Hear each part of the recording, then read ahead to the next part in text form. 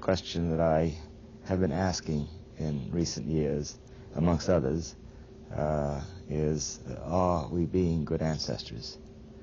And I pose that question because I believe that the future generations will look back upon us and judge us as to whether we have been wise or whether we have been profligate and wasteful and destructive of the opportunities for their future, as well as the future of generations to come.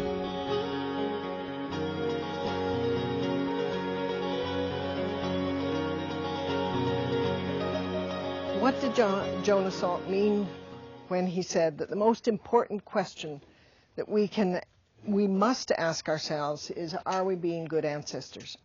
He viewed the question as the key to the evolutionary philosophy.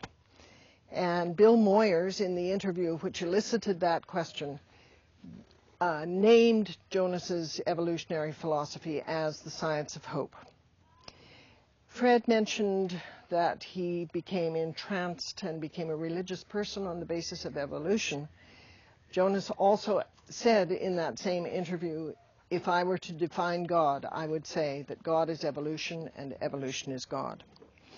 Evolution is too constant a theme in Jonas's work to be summarized, but his statement in Survival of the Wisest is, as a process, evolution seems to be nature's way of finding means for extending the persistence of life on Earth.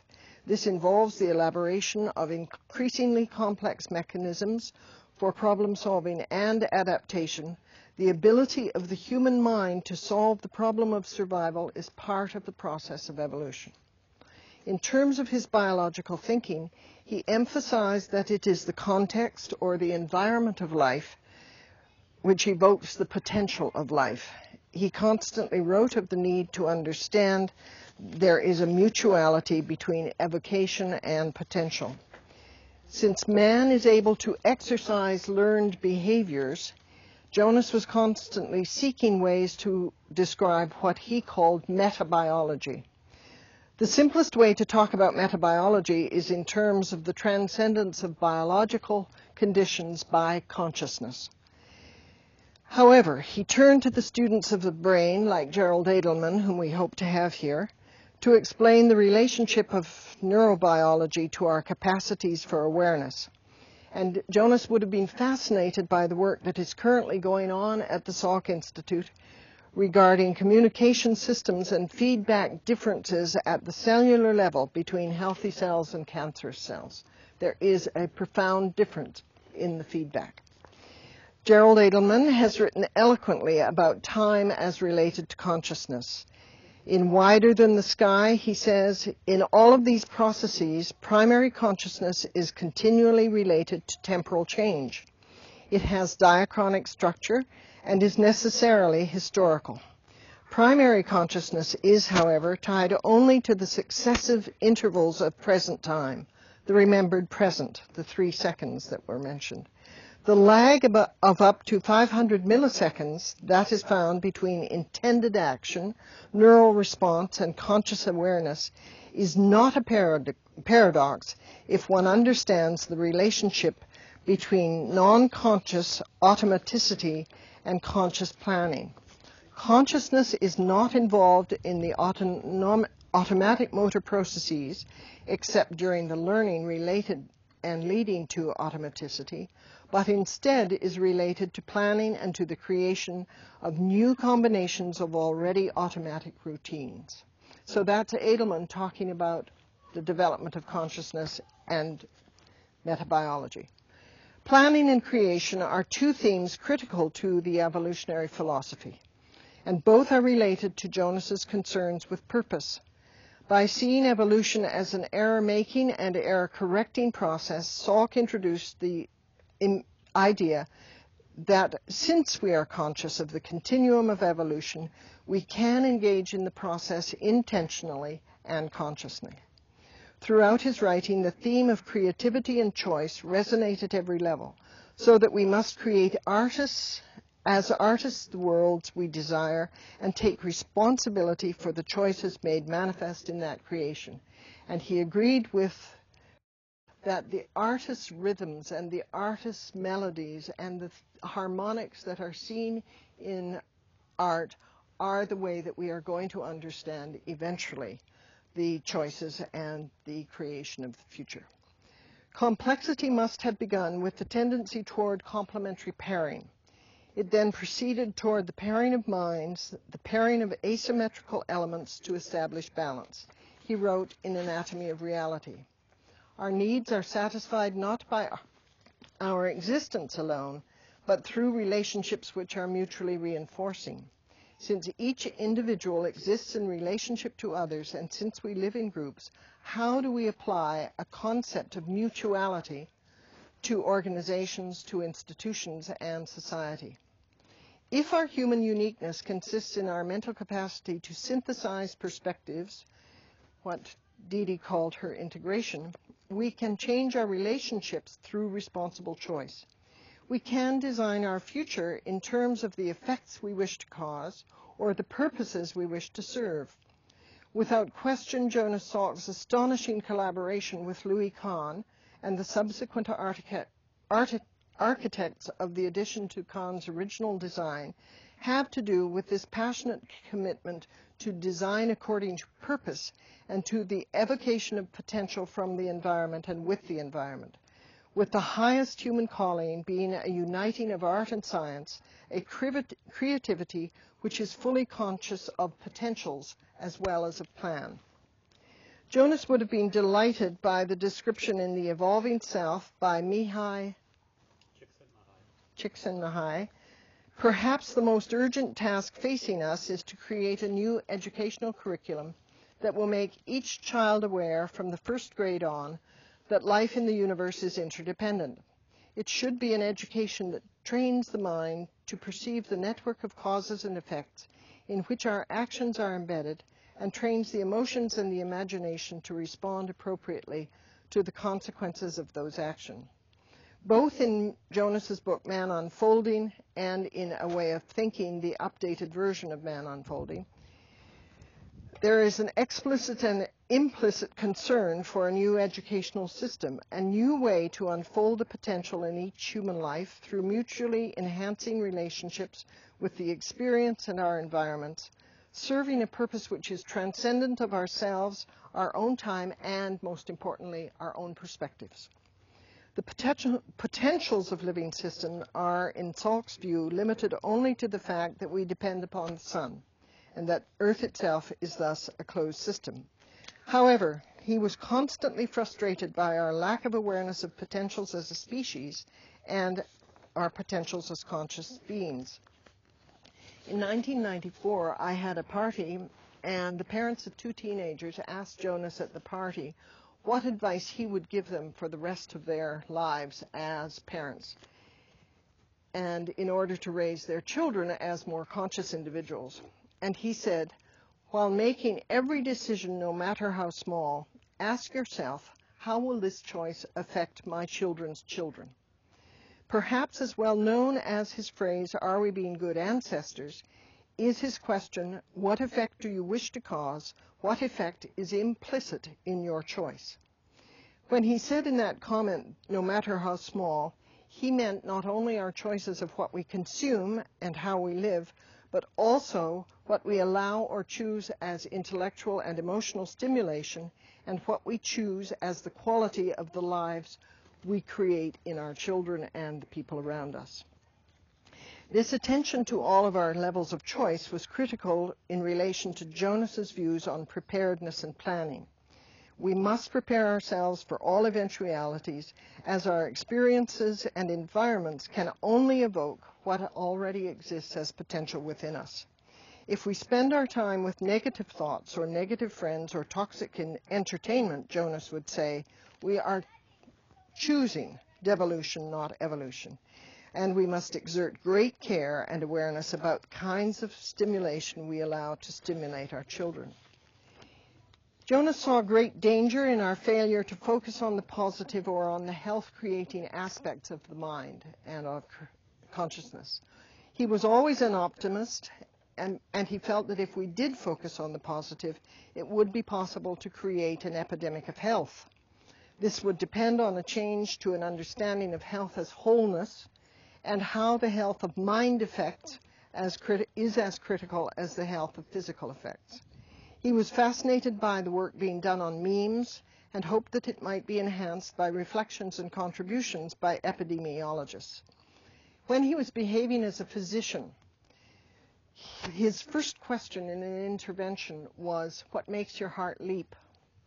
Because he felt that true health begins with an understanding of individual purpose and how to make that purpose manifest in our actions. He saw our lack of attention toward wisdom, toward the long view, as part of the self-destructive potentials of our species. He defined wisdom as the capacity to make retrospective judgments prospectively. In the final diary volume written just before his death, he wrote, "If we are to survive, it will be that the wisest survive. If it will be that the wisest survive, becomes of first importance to address the question as to the sufficiency of wisdom that exists, of operative wisdom, to make it possible for us to resist and persist in the face of the insufficient wisdom from which we now seem to be suffering." And in that same volume of the diary, "I can now see the importance of looking ahead and of looking back from the future, that we may then participate in guiding the evolutionary process intuitively, keeping reason by ourselves. The necessity is clear. We need an invisible prophet, one who makes things happen, one who anticipates the future with dreams, and out of those dreams our reality will be made." When Jonas spoke of wisdom, he wrote in The Anatomy of Reality, "In the realm of human consciousness, the highest and most sophisticated form of self-regulation is based on our ability to see ahead. It requires a knowledge of self and the cosmos, and of self in the cosmos. The evolutionary need is to increase our breadth of consciousness as human beings, to expand our range of choice for the wisest alternatives. The human capacity to anticipate and select will be the means whereby the future of evolution will be determined." I've not attempted, and I won't attempt, to outline the immunological basis or to describe his thinking on nonlinear dynamics. David can do that better than I. He was fascinated by the cross-fertilization of one scientific perspective to another, and especially by the relationships between physics, biology, and communication theory. Jonas started using the word proprioceptive to mean a sensation of our place in the world and the cosmos, as well as our agency on the world, connecting his thoughts at once to Howard Reinbold and Merleau-Ponty on the phenomenology of perception. He used words like convergence and evocation, always from the perspective of biology, but always to imply the philosophic questions he was raising. He did not try to give answers. Now, I thought I'd conclude by giving you some of his questions, unanswered questions. What are the patterns of evolutionary success? What are the necessary and sufficient conditions known to induce human resilience and transcendence of adversity? What are the critical moments in the development of mind, memory, and consciousness? How is purpose learned, shared, and applied? What is the dynamic action of mind upon functional fitness? What are the critical transition points or rites of passage as mind expands from self-awareness to metabiological and universal awareness? What is the nurture necessary to awareness, to wisdom, and to responsibility? What are the symbols and fuels of this nurture? What is the language evocative of mutual and empathic responsibility? What commonalities of language and human diversity are necessary to the expression of shared purpose and universal mind? What are the indicators of wisdom? What are the critical points in the nurture and evocation of wisdom? How do we know and how can we influence mutual transformation? What is the simplest means of experiencing concordance or convergence? How can we learn to see ourselves and our own needs retrospectively? What can be the role of human ritual, symbol, tradition, and pattern seeking in transcending our own time in order to serve an unknown future time. What must we do to evoke the greatest potential for good from ourselves, from others, and from future generations? Big questions.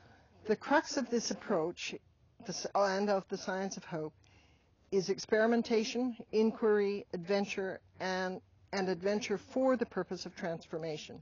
For Jonas, transformation must be scalable. It must go from our own health and our own lives through the families and communities to the species and the planet. If we are to design a coevolution of mutually beneficial self-interest in which we acknowledge our interdependence and choose to sustain our shared purpose, then we must use connected responsibility to expand our capacity and our opportunity. Gary Gunderson, on the basis of Jonas's Survival of the Wisest, has now written a book called The Leading Causes of Life. He defines these 5 causes as connection, coherence, agency, blessing, which is a sense of honor for generations before and after, and hope. Jonas would fully concur that with those five as the leading causes of life. But he would immediately expand on the idea by saying that these are in dynamic asymmetric relationships with each other, and that the whole will always be greater than any of these parts, or than the sum of the parts. And he would urge us to adopt the vocabulary of life. Jonas's Science of Hope outlines a process. He would call it a logic in the magic. We can become agents of conscious evolution as we apply our sense of responsibility for the future to present needs. Survival of the wisest depends upon whether we use our tools as good ancestors of the future. Jonas wrote, "Only a few are needed to visualize and initiate a process that will become, or would become, self-organizing, self-propelling, and self-propagating, as is characteristic of an evolutionary process." So this bespeaks an entirely different philosophy, a different way of life, a different kind of relationship, where the object is not to put down the other, but to raise up the other.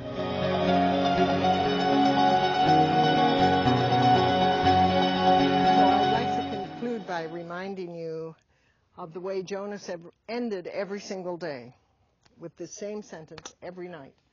"I have to go to sleep now. I have to be ready for the adventures of tomorrow."